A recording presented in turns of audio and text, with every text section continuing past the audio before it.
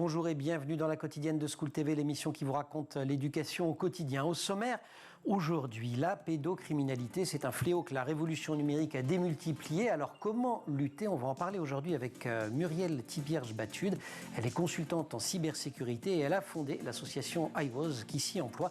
Elle est l'invitée du Grand Oral. L'anti-sèche des Maguessel, l'anti-sèche, vous le savez, c'est la façon dont l'actualité résonne dans les programmes.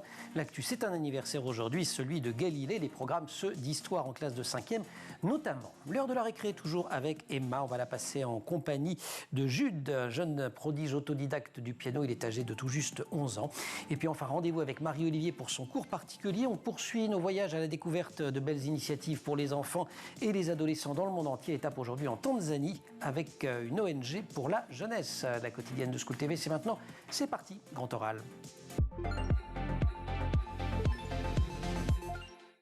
85 millions de vidéos et de photos impliquant des violences sexuelles sur mineurs ont circulé dans le monde en 2021, selon la commissaire européenne Ylva Johansson. Elle précise que les signalants, eux, ont augmenté de 6000% ces 10 dernières années en Europe. La France est évidemment concernée. Alors comment lutter contre la pédocriminalité, et pas seulement en ligne? Mais je commence par cette dimension en ligne. Muriel Thibierge-Batude, bonjour. Bonjour. Parce que vous êtes consultante en cybersécurité et vous avez créé iWAS, qui est une association qui justement veut lutter contre la pédocriminalité et notamment la pédocriminalité en ligne. Juste pour qu'on se fasse un point de vocabulaire, je disais que ça a explosé. En fait, aujourd'hui dans le monde, on trouve des images d'abus sexuels commis sur des enfants partout, notamment sur ce qu'on appelle le darknet, c'est ça? Exactement.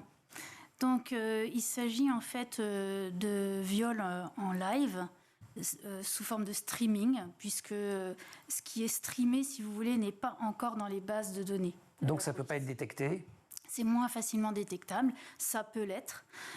Et c'est pourquoi, venant du monde de la cybersécurité, où nous utilisons ce qu'on appelle des SOC, des Security Operations Center, et à la nanoseconde, on repère les événements et les alertes de sécurité, il m'est venu l'idée de réutiliser ces méthodologies pour travailler sur les détections de contenu de cette nature. Et ouais. Ah oui, c'est en live. Alors, je vous avoue que je ne me rendais pas compte à quel point tout ça était monstrueux.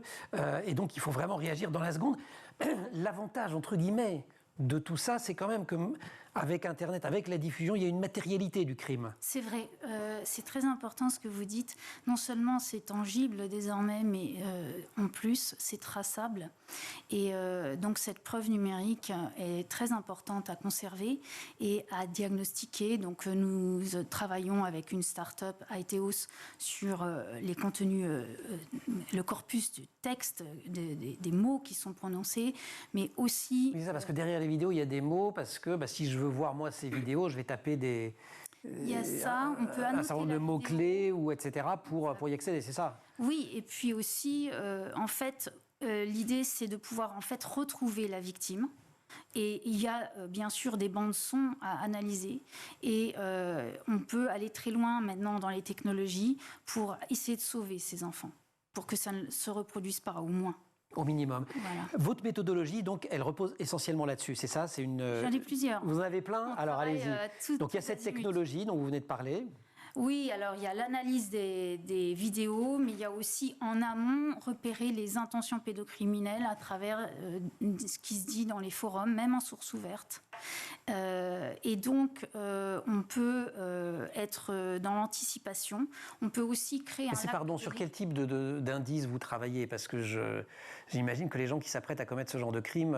Si, parce qu'ils se donnent des conseils entre eux. Ils s'incitent. Et donc c'est en clair quasiment, ils se racontent comment on va s'y prendre. Voilà, alors il y a des petits noms de code. Mais une fois qu'on les connaît, on arrive à... Il faut arriver à rentrer là-dedans.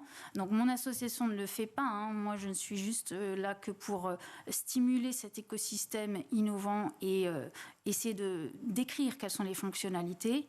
Mais par contre, c'est eux qui travaillent et qui vont vendre ça aux autorités. C'est-à-dire qu'on est bien d'accord que le citoyen n'a pas à faire de mandat par lui-même, bien sûr. Ni de faire justice, ni de faire d'investigation, théoriquement. Donc, nous, notre écosystème, certains le font un petit peu en ce moment quand même. Il y a des groupes ou des associations citoyennes qui piègent des pédocriminels. Non, je sais que vous n'êtes pas avec eux, mais ça existe en tout cas. Oui. Et alors certains le font vraiment et alertent tout de suite les autorités. D'autres vont plus loin pour piéger, ce qui est pas l'idée forcément. C'est-à-dire que, en fait, moi j'en reste sur travailler sur les nouveaux concepts, la stratégie globale, voir comment organisationnellement on peut construire un nouvel écosystème d'acteurs, y compris du secteur privé, avec des nouveaux prestataires pour la sécurité des enfants, et puis des technologies, certes, qui pourront, pour une part, être dans les mains d'associations, pour une autre, être dans les mains des autorités. Tout dépend vraiment du scope. C'est un peu des techniques de hacking qu'on utilise ?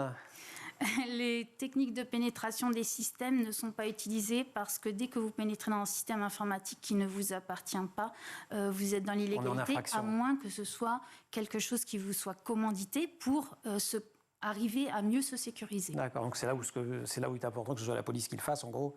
Ah oui, bien sûr. Oui. Et pas quelqu'un qui... Par contre, les sources ouvertes, ouais. Ce qu'on appelle l'Open Source Intelligence, OSINT, tout le monde peut s'y former. Et là, il n'y a pas on n'enfreint pas la loi. D'accord. Et là, il y a vraiment des choses, notamment pour la prévention. C'est dingue. Oui, l'OSINT, les passionnés, il y a un club OSINT, Open Source Intelligence, OSINT. Il y a un club qui s'est créé, un club français de l'OSINT. Et c'est vraiment, tout le monde peut apprendre.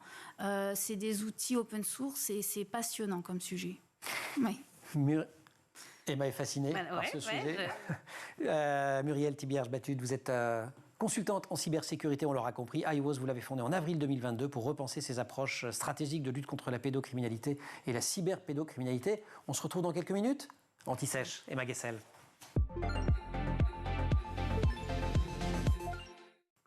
Emma, pour l'Anti-Sèche, bonjour. Bonjour Emmanuel. Nous sommes le 15 février et c'est un 15 février que naissait le physicien, astronome et mathématicien Galilée. Nous sommes en 1564 en Italie. Oui, que les élèves étudient dès la 5e sur le cours sur les transformations de l'Europe et l'ouverture sur le monde au XVIe et XVIIe siècle.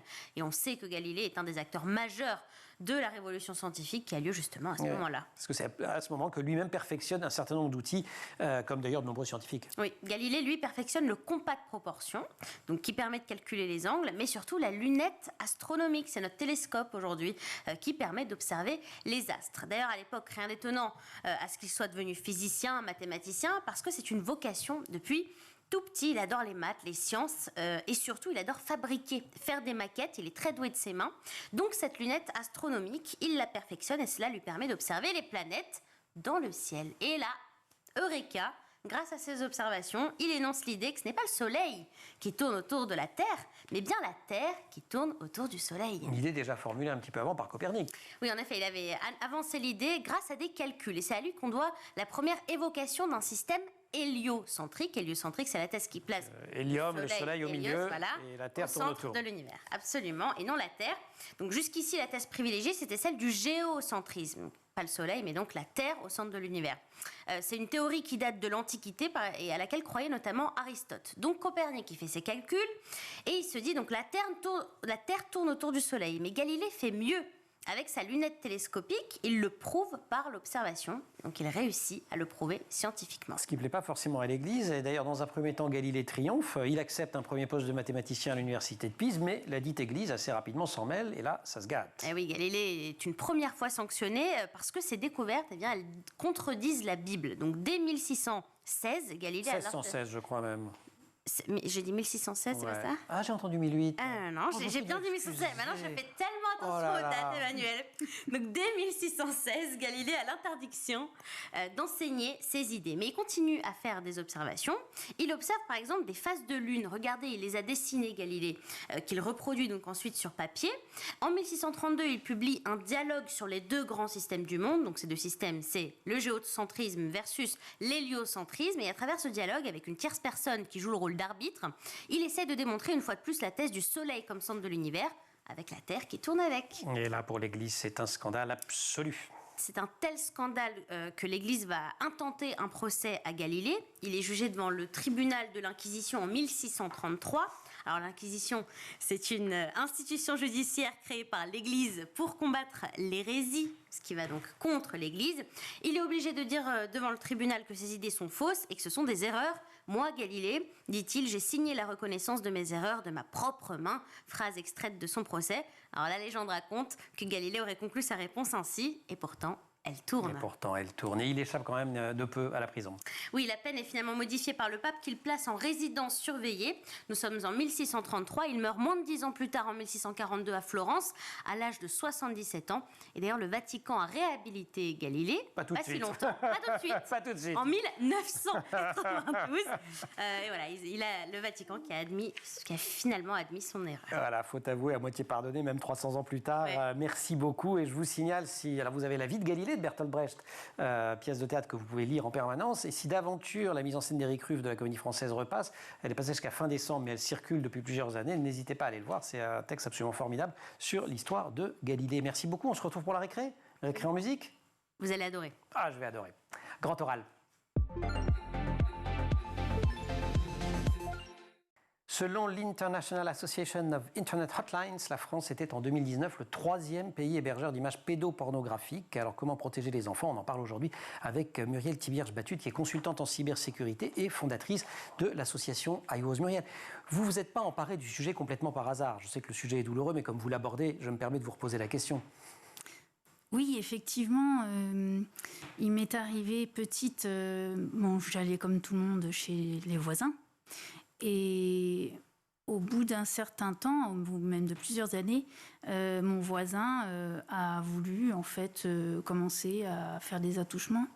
Et son ami donc était véritablement avait décidé en fait de mettre la main sur moi. Et ce qui s'est passé, c'est que j'ai été mise à disposition de cette personne plusieurs fois. Et voilà, donc ces souvenirs ne sont revenus que très tard. Pardon, quand vous dites au bout de quelques années, vous aviez quoi, 4 ans, 5 ans? Alors voilà, c'était entre mes 4 et 5 ans qu'il a pu mettre la main sur moi plusieurs fois. Et je m'en suis souvenue après la prescription, c'est-à-dire je ne sais plus quel âge j'avais, 38 ans ou plus. Des années après, parce que vous vous sentiez pas bien, que vous vous disiez il y a un truc qui va pas, et c'est en faisant tout un travail que vous avez réussi à trouver ça, c'est ça? Alors, parce que comment on s'en souvient? Alors, j'ai toujours bien sûr cherché l'équilibre et chercher des techniques de bien-être, etc. Et puis, ma situation professionnelle étant stabilisée à cette époque, ce qui est très difficile pour les victimes, je tiens à le préciser, il faudrait que le monde du travail soit beaucoup plus conscient et inclusif de ce que c'est que le trauma, pour le détecter, pour mieux inclure les gens, justement.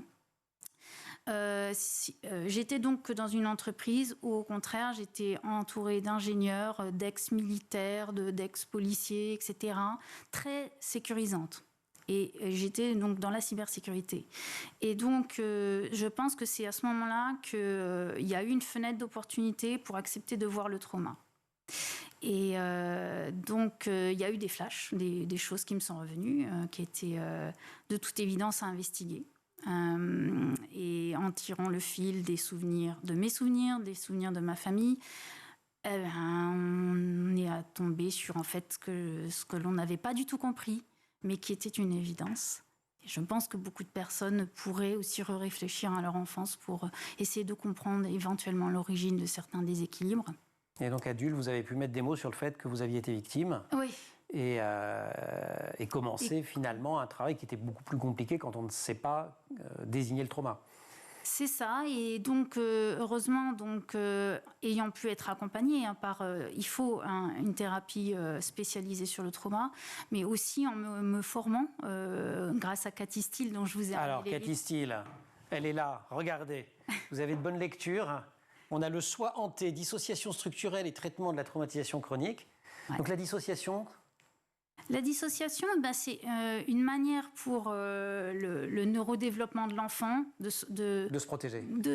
D'être résilient. En fait, c'est son plan de résilience, son plan de continuité d'activité, mais en fait, il n'est pas très bénéfique. Non, mais c'est ce qui permet de survivre à l'instant T. C'est ça. Et dans les moments qui suivent. C'est-à-dire que le cerveau fait comme si ça n'avait pas existé, quoi. Il met une barrière. Il va faire un cloisonnement. Et si on compare ça au système informatique, ce que l'on met en place pour protéger les systèmes informatiques, il y a un parallèle qui est assez flagrant.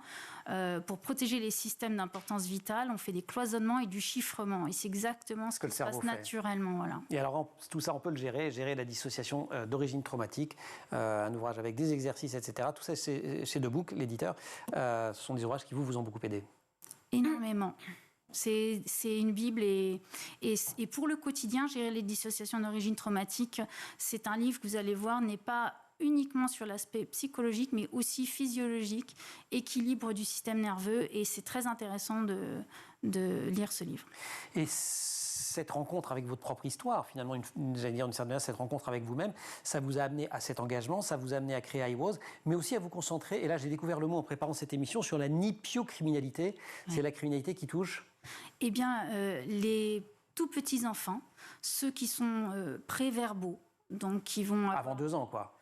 Voilà, ou un petit peu. Oui, parce qu'en fait, nous, quand on a 4 ans, on n'a pas les termes pour la sexualité. Donc, même sur ce sujet-là, on peut dire qu'on est préverbal jusqu'à 4-5 ans. Après, il y aura peut-être plus d'éducation sur le corps et l'intimité. Donc, effectivement, c'est la phase la plus vulnérable parce que les enfants sont les plus passifs. Et aussi, sur les forums, les pédocriminels s'encouragent à cibler cette tranche d'âge, évidemment, pour que les crimes passent plus inaperçus. Pas ou parce qu'ils ne savent pas dire. Exactement. Alors que, on le sait, il y a eu des recherches sur les bébés, ils n'oublient pas. C'est-à-dire que c'est imprimé dans leur système nerveux. Voilà. On va prendre une petite respiration, si vous voulez bien. On va aller en récré et on se retrouve juste après pour continuer à parler des solutions, notamment de ce que vous mettez en œuvre dans le cadre de l'association iWoz. On retrouve Emma, la récré. Et bien c'est comme ça, la télé, il y a des transitions plus faciles que d'autres. Aujourd'hui, c'est une transition plus difficile. Voilà, on est dans un sujet grave. Mais néanmoins, on maintient le fait qu'il y a une petite récré dans notre émission, Heure de la récré, dans laquelle on va parler d'un petit prodige du piano. Et oui, son histoire, elle est assez dingue, vous allez voir. Alors, il s'appelle Jude, il est autiste, il a 11 ans, et c'est un génie du piano. Jusque-là, bon, ok, c'est pas non plus extraordinaire. Sauf que la particularité de ce petit garçon, c'est qu'il est complètement autodidacte. Il n'a jamais pris un seul cours de piano de toute sa vie. Il y a des génies comme ça. Donc son père l'a surpris en train de jouer du piano dans le sous-sol de leur maison, sur un piano électrique, un jour comme ça, facilement, presque en rigolant, reproduisant les airs qu'il connaissait. Et il ne joue depuis qu'1 an. Donc il a 11 ans, il a commencé à 10 ans. Regardez ce que ça donne.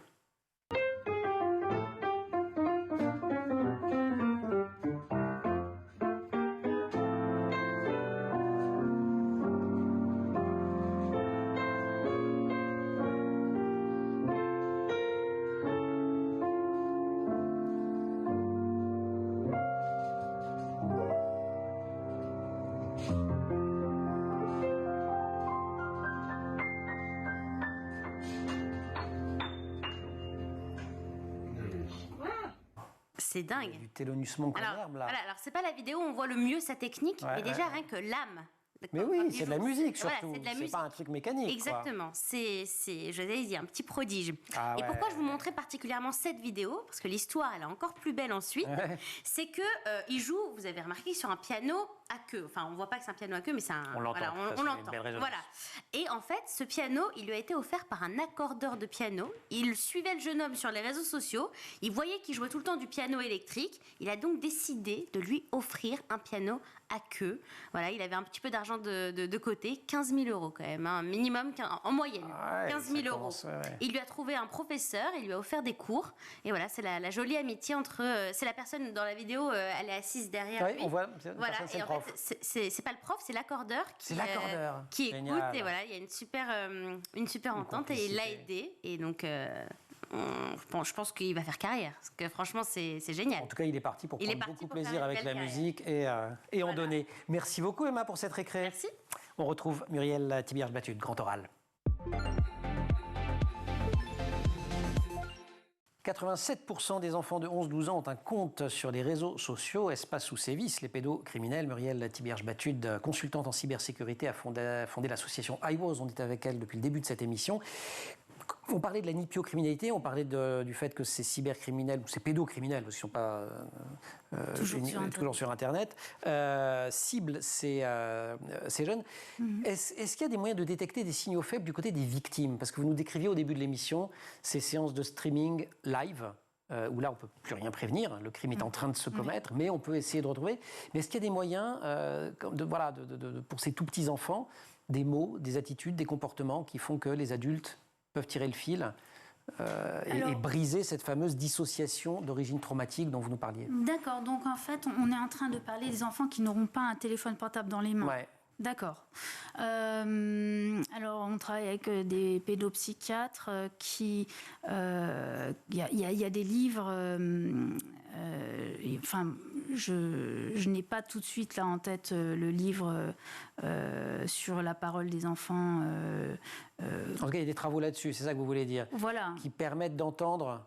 C'est-à-dire qu'en fait, mon association cherche à travailler avec des pédopsychiatres qui vont embarquer dans un algorithme leur capacité à diagnostiquer sur les réflexes des enfants victimes, un algorithme qui se greffe derrière la caméra intelligente, de sorte à ce que leur expertise puisse être démultipliée dans différents CHU et qu'il n'y ait pas forcément besoin...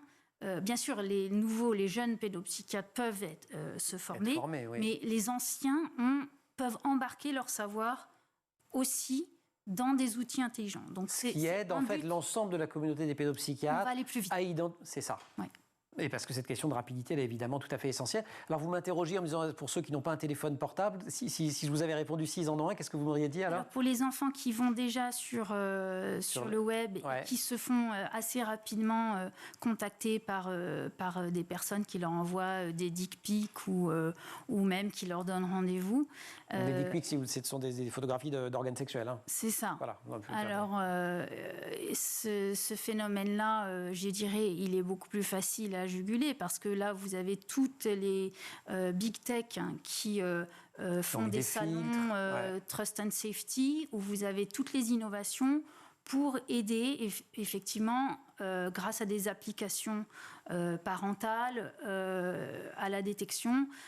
Bien sûr, M. Macron a aussi créé tout un hub avec les GAFAM pour être donc Google, Apple, Facebook, innovant Apple, là-dessus. Et il y a aussi Microsoft. des startups qui se joignent à cette initiative. Donc là, le message aux parents, c'est plutôt de leur dire activez tous les trucs de contrôle parental, prenez la chose au sérieux, mais les outils qui permettent de filtrer, pas tout malheureusement, mais une bonne partie des choses existent. Voilà, c'est des outils et c'est également d'oser parler à son enfant.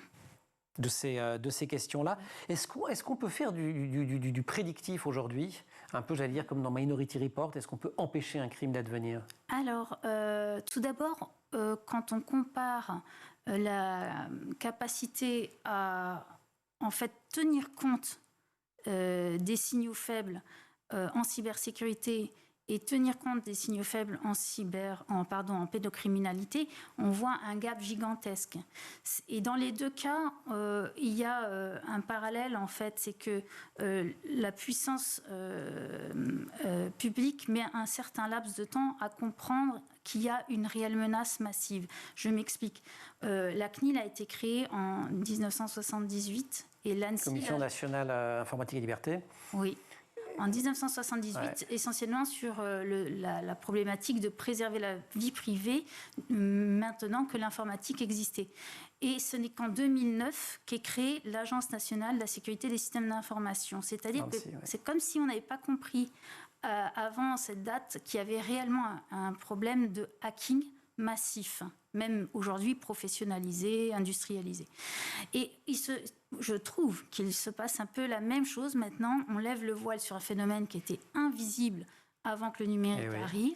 Et là, on va prendre du temps à créer notre Agence nationale pour la sécurité des enfants. Et tout l'écosystème que ça permettra donc ce que vous dites quand même, c'est on se dépêche là. Il faut effectivement prendre cette menace pédocriminelle au sérieux et s'organiser. Voilà, et on a donné les chiffres en début d'émission, l'augmentation est quand même extraordinairement spectaculaire. Muriel, merci beaucoup, vous restez avec nous. Je vous propose un petit voyage en Tanzanie pour terminer l'émission, ça vous va ? Oui, merci. Emma, merci. Merci. Et la Tanzanie, c'est avec Marie qu'on va embarquer. Cours particulier. Dans cours particulier aujourd'hui, direction la Tanzanie. Marie, bonjour. Bonjour Emmanuel. Marie, direction la Tanzanie avec AYOY. AYOY. Exactement. C'est une ONG pour la jeunesse. Ça veut dire quoi, AYOY? Ça veut dire Advancing Youth Opportunities Initiative, Et en c'est-à-dire français, initiative pour la promotion des opportunités pour les jeunes. Ces opportunités, ce sont des opportunités d'éducation, mais aussi de carrière. Dans un pays, la Tanzanie, où la jeunesse forme une part importante de la population. Oui, exactement, comme dans beaucoup de pays d'Afrique. En Tanzanie, la tranche d'âge des 15-35 ans, les jeunes, représente près de 40% de la population et ce sont plus de 800 000 jeunes qui rentrent sur le marché du travail chaque année. Or, 15% d'entre eux ne finissent pas l'école primaire et 38% d'entre eux ne finissent pas l'école secondaire. Et il n'y en a que 4% seulement qui font des études supérieures. Ce sont évidemment les plus privilégiés. Et donc, même phénomène dont on a déjà parlé sur un certain nombre de pays d'Afrique de l'Ouest, si mes souvenirs sont bons, problème d'emploi pour toute cette jeunesse. C'est ça, on en avait parlé pour le Mali, par exemple, où il y a plus de jeunes qui entrent sur le marché du travail que d'emplois proposés. Surtout que les jeunes n'ont pas toujours les compétences requises pour les emplois qui sont disponibles. Et donc, cette association AYOY essaye de lutter contre cela. Oui, c'est vraiment leur cheval de bataille. AYOY souhaite remédier à ce déséquilibre grâce à des partenariats et à un modèle de formation pour les jeunes, en particulier les jeunes les plus défavorisés des communautés rurales. Et ils sont d'ailleurs dans une région de Tanzanie particulière qui est le Mwanza. Oui, c'est ça. Alors, ils comptent vraiment se développer dans tout le pays, mais ils ont commencé par Mwanza.